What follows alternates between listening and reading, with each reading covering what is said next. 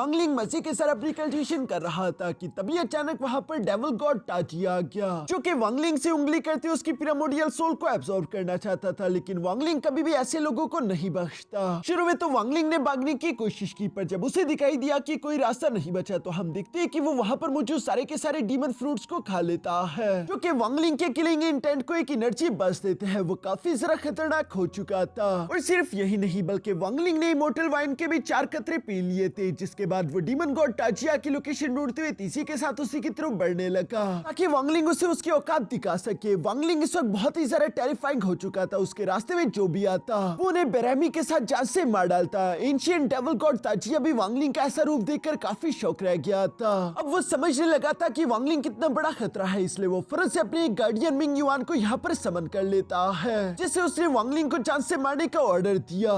अब आगे तो नेक्स्ट एपिसोड की शुरुआत यहाँ ताजिया की उसी गार्डियन से होती है जिसका नाम मिंग युआन था। वो टावर से बाहर आने के बाद ऊंची आवाज में कहता है कि डेविल 3 गार्डियंस, मैं तुम्हें पुकारता हूँ, यहाँ पर आ जाओ। ये सुनती सबसे पहले वहाँ पर एक लड़की आ गई थी जिसका नाम मिस फेंगिन है और वो डेविल अटेंडेंट थी। सेकंड नंबर पर वहाँ एक बुढ़ाओ आता है जिसका नाम डी गुआई था और वो भी एक डेविल अटेंडेंट है, जो कि फाइट के लिए काफी जरा एक्साइटेड था। आखिर में यहाँ पर आता है हुपाओ, जो कि तीसरा और आखिरी डेविल अटेंडेंट है। वो भी अपने सोल फ्लैग के साथ यहाँ पर पहुंच चुका था।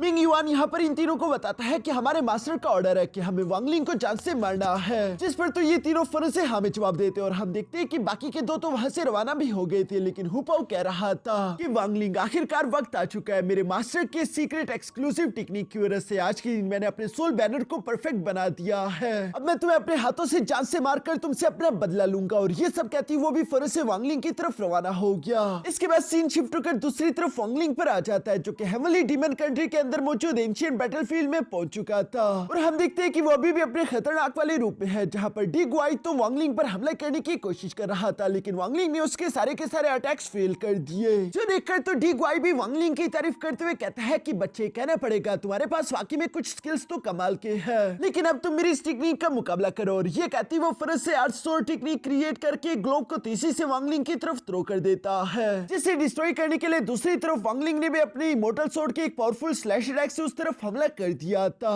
मगर इससे पहले कि वो स्लैश अटैक की स्वॉर्ड को आकर हिट कर पाता, तभी अचानक हम देखते हैं कि डी गुआई यहाँ पर ऊंची आवाज में कहता है कि ब्रेक, जिससे उसका आर्ट स्वॉर्ड और खुद ही ब्रेक होते हुए यहाँ लिक्विड फॉर्म में ट्रांसफॉर्म हो चुका था, जो कि वांगलिंग पर हमला करते उसे अपने अंदर ट्रैप कर लेता है। ये देखकर तो डी गुआई जोर जोर से हंसने लगा। तभी वहां पर मिस फेंगिन भी पहुंच गई थी, जिसे देखकर डी गुआई कहता है कि फेंगिन, तुमने आने में काफी देर कर दी, मैंने उसे जान से मार डाला है, वो मेरे आर्ट स्वॉर्ड के अंदर ट्रैप हो चुका है, जिससे वो नहीं निकल सकता। इस पर फेंगिन भी कहती है चूंकि काम खत्म हो चुका है, फिर हमें वापस जाकर मास्टर को इस बारे में रिपोर्ट करना चाहिए। ये सुनकर तो डी गुआई हंसते हुए कह रहा था, लेकिन सारा मेरिट मैं लूंगा क्योंकि सारा काम मैंने किया है। पर तभी अचानक हम देखते हैं कि उसके आर्ट स्टोर के अंदर से काफी खतरनाक एनर्जी अनलीश हो रही थी, क्योंकि अंदर की तरफ हम देखते हैं कि वांगलिंग ने अपने इमोर्टल स्वॉर्ड का इस्तेमाल करते हुए 1000 स्लैश लगा दिए थे, जिसे ब्लास्ट करके वांगलिंग फौरन अंदर से बाहर की तरफ आ गया था और वो डी गुआई की तरफ बढ़ने लगा। ये देखकर तो डी गुआई भी घबरा गया। वो घबराते हुए फौरन से कुछ हैंड साइंस क्रिएट करके यहाँ पे आर्ट स्वॉर्ड को दोबारा से क्रिएट करने की कोशिश करता है ताकि वो उसके अंदर वांगलिंग को जकड़ सके। लेकिन इस बार वांगलिंग उसे ये करने नहीं देता, बल्कि वो एक पावरफुल स्लैश अटैक के साथ फौरन से यहाँ डी गुआई का हाथ काट चुका, जिससे तो डी गुआई को काफी ज्यादा तकलीफ हो रही थी। हम देखते हैं कि मिस फेंगिन भी यहाँ टेलीपोर्ट होकर वांगलिंग के पीछे आ जाती है, जहाँ इससे पहले कि वो वांगलिंग पर हमला कर पाती, तभी अचानक वांगलिंग उसके पेट पर एक जोरदार किक करते उससे आर्ट स्वॉर्ड की तरफ भेज चुका, जिसकी वजह से हम देखते हैं कि वो अपने ही दोस्त की टेक्निक के अंदर फंस गई। जो देखकर तो डी गुआई खौफजदा हो चुका था और वो अपनी जान बचाने के लिए वहां से भागने की कोशिश करता है,